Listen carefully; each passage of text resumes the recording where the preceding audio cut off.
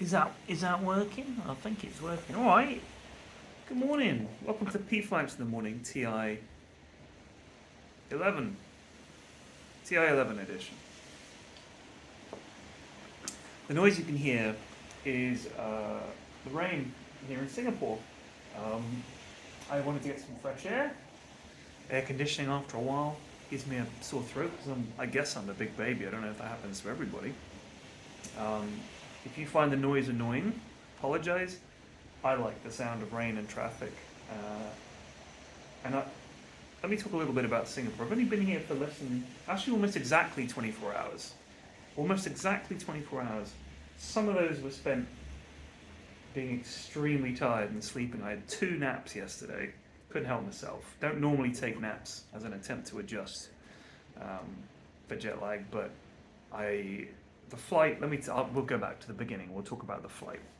14 hours, London Heathrow to Singapore, in economy, in the middle. There's the way it goes 3, then 4, then 3. I'm one of the middle two. It was rough. I haven't done that in a long time. I'm normally block booking, with Mrs. F and the kids or whatever. I'll get an aisle seat. I need the aisle seat. I want to get up and down a lot. I like to stretch my legs, walk about, go to the loo, go look out the window, whatever. Fart around with my stuff in the overhead compartment. I need my magazine. Where's my chocolate bar? In the middle, I felt compelled to just sit still. The lady next to me, let me see if I can. All right. Well, she had a blanket. And we got on the plane. As soon as we take the top off, she does that. And she stayed like that for 8 hours. And then she took it off. She had a little bit to eat and watched a movie. And then she's like, threw a blanket over her head. Never seen anything like it. Guy next to me. Honestly, I'll take that. I'll take that. In terms of people you got to sit next to on a flight, the person who covers themselves in a blanket, least of your concerns. Least of your concerns. I did notice that there were a couple of kids on the flight who were sort of making a racket, and some people get very annoyed by that. Once you've had kids yourself, first of all, you don't. I just didn't even notice it until I heard someone go. I was like, I wonder what they're talking about. I was like, oh, there's a kid crying. Because after a while, you just kind of block it out. Either your own or other people's kids, you just block it out. Someone asked me, do you guys, do other parents look at those parents and think, man, poor guys, that's tough. No, I judge them. I think to myself, I would have handled that. I would have got that kid under control. Don't know why that kid's crying. Must be bad parents. You think parents aren't thinking that? I'm thinking that. I'm thinking I would have handled that much better. That was a poor attempt from dad there to stop the crying. It does annoy me when they try to reason with the kid. Don't reason with them. Just threaten them. Just say, listen to me. You wanna ever play on your, I don't know, Game Boy Advanced ever again? You better shut up or it's going out the window as soon as we land. Boom, job done. Kid will shut right up. Singapore traffic. Here's a surprising Singapore fact for you. This is Singapore fact number 1. There doesn't appear to be any. We drove from the airport and there just wasn't bad traffic. And just looking at their roads, we're at a pretty busy intersection. Didn't see traffic jams. Everywhere else I've been in Asia pretty much has been pretty bad traffic. Singapore, not bad traffic. Impressive. Also, read about the history of Sir Raffles. There's everything. Half the stuff around here seems to be called Raffles. Right? There's a hotel over the road. That's the famous Raffles Hotel. In the background, I don't know if you guys can see it. Yeah, that building. I'll point to. I think that where my finger is pointing, the tip of that building there, that's Raffles Hospital. This was the early 19th century. He is considered by many the father of Singapore. Basically invented Singapore, is what Wikipedia says. Go ahead and look it up. Very interesting. Further time, and bear in mind this was early 19th century colonial Britain. I mean, this is as further time as it gets. He was pretty decent. He was anti-slavery. He believed in giving everybody a fair shake, and he tried to sort of sort Singapore out and build it around a, again, for the time, fairly progressive sort of ideas. Although, there was a lot of stuff where you're like, there it is, when you're looking for the sort of regressive colonialist stuff. He's like, yes, it should be fair for everyone, but if possible, even fairer for Europeans. And everyone was like, huzzah!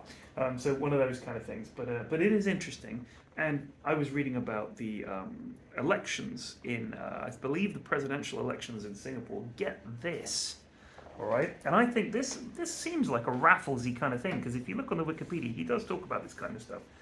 Singapore is very ethnically diverse, has a lot of ethnic groups, a lot of quarters. So there's the Chinese quarter and there's the Indian quarter and all the rest of it.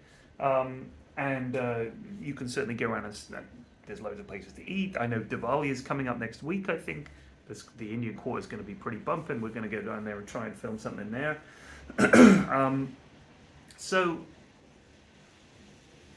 fuck me, I've forgotten where I was going. Oh yeah, the presidential elections. So essentially, if you want to be president of Singapore, first of all, you have to pass a pretty stringent, fit and proper persons test, which says, are they a dickhead? Have they ever been convicted of being a dickhead? Are they someone who's lived in Singapore a decent amount of time? They don't just say you've got to be from Singapore. You just have to have lived in Singapore for a decent amount of time. You have to either have held public office in some way, be someone in good standing in the community, and they're like, okay, you're eligible. And that's an independent committee that decides that. There's an additional requirement, which is, if you're from one of the sort of designated larger ethnic groups that make up Singapore's, I guess, constitutional sort of law around those ethnic groups, if your group has not been represented as president in the last 6 cycles, and I believe it's a 6-year term, someone from your group has to be president. So I believe, and any Singaporeans in chat correct me if I'm wrong, the current president is a Malay woman. I think that's one of the sort of ethnic groups that is not the biggest. I think it was about 13 to 19% or 17%. So essentially, because of all the requirements that there had to be, and they are quite strict requirements, there was one candidate for the last presidential election, and she's president, of course. I could be wrong, happy to be wrong. That's just what I read, again, on the internet, which can also be wrong, I discovered. But yeah, my flight was okay. It is currently raining, or it was raining, and the entire horizon of Singapore was blotted out by the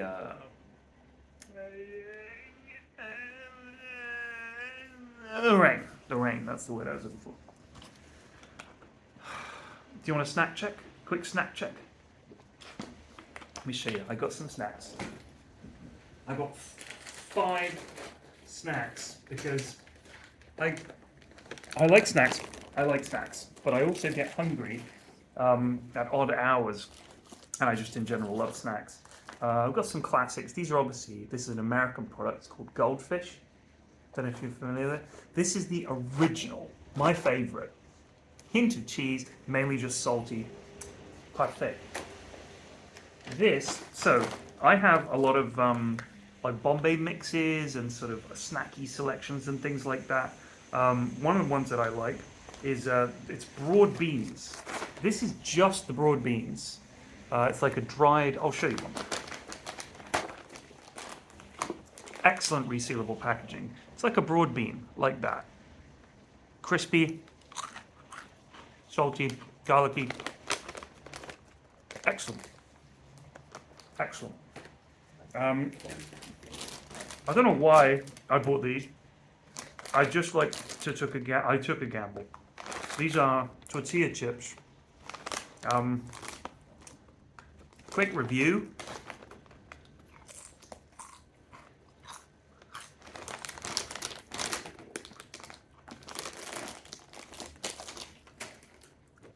That's review. Now, what I'm about to show you, this is one of the worst snacks I've ever purchased. I was talked into it by, I think it was Lyrical that talked me into this. It might have been Sons Fam, but I went to the shops with them yesterday, just a little grocery store nearby. And I love to buy snacks. I bought some wine, I bought some milk, some tea, some sugar, got the fundamentals down. I've already had my cuppa this morning. It was too dark to film. I had to wait for the sun to come up. But I was up at 5. So apologies for not having a cup of tea. I know that's a PFlax in the morning staple. This is the salted egg fish skins.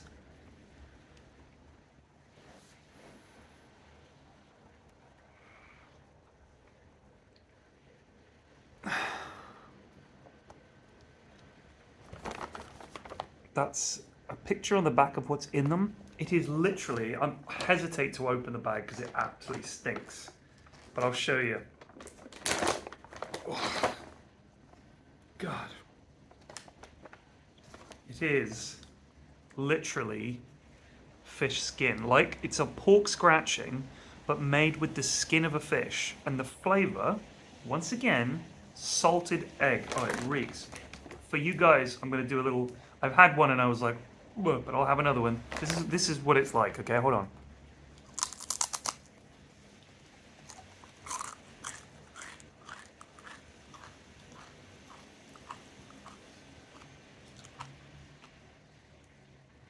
Oh, it's not the one. Oh.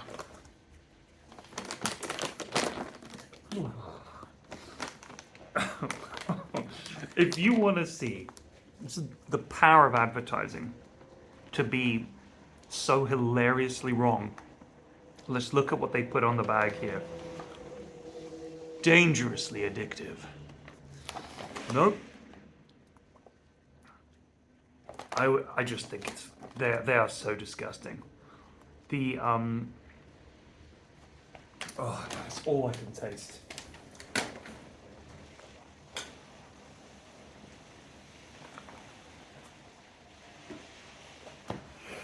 Oof. Oh God, yeah. Gonna have to have some proper breakfast. The hotel is nice. Liking it. Got my own little balcony. Got a nice view. I suppose I could show you guys my view of Singapore. I think. Oh God Almighty. Singapore. There it is. As you can see in the mornings here, it tends to be quite wet and thundery. There's a bit of water on here. That is the famous Raffles Hotel. Remember I was talking about Sir Raffles. That's the hotel named after him. Very, very fancy. There's some construction work and things. Loads of building over there. There again, the Raffles Hospital. So yeah, that's a busy intersection at rush hour.